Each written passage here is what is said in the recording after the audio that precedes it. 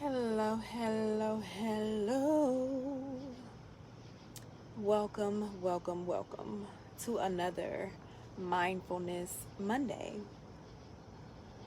It's going to be a little brief, but I did still want to come and speak mindfully to you guys because a lot of us don't realize and understand that everybody is their own human.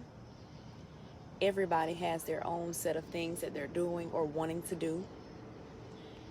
Everybody got stuff going on. All right. So I'm trying to figure out if people know what it feels like to pour into yourself. I was guilty of this years and years ago, not realizing exactly what pouring into myself looked like. And since I've met that part of myself, there is no going back. What I mean by that is giving to people, meaning your time, your company, your energy, your conversation.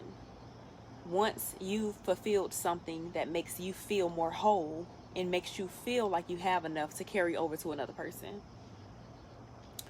Oftentimes, we are pouring into others, we are giving to others, we are sharing our space with other people, and we don't even have a high percentage in order to even give people ourselves. So are you aware of your battery percentage? I want to give this to you just like you see your cell phone literally dwindling down. The percentage just getting lower and lower. It turning red when it's almost getting ready to just power off. Me personally, lately, I will tell you what percentage I'm on. Do you hear me?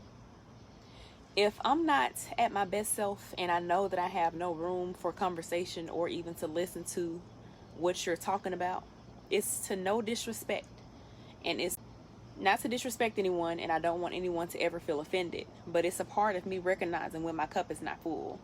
So if you're trying to talk to me, or if you're trying to get a conversation out of me and ask for some type of advice, or even spend some time and want my presence, if I'm not at that 100% and can afford to spend my evening with you because I know that I'm straight, the answer is going to be no.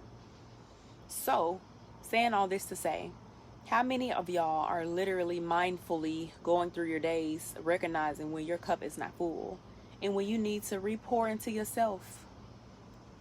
Find ways to do that. Some of the ways that I pour into myself, honestly, I'll just go in a room and close the door and just sit there sometimes for a few minutes. That helps me to pour back and recharge. Turn my phone off or turn my phone on silent. That helps me to recharge. Taking a walk outside. Not listening to music, not listening to any type of speech while I'm walking, but just literally me outside, listening to the noise and the sound of being outside. Do y'all hear me? That's what presence looks like. That's what mindfulness is. So, the question again, do you know how to recognize when you're not at 100%? You hear me?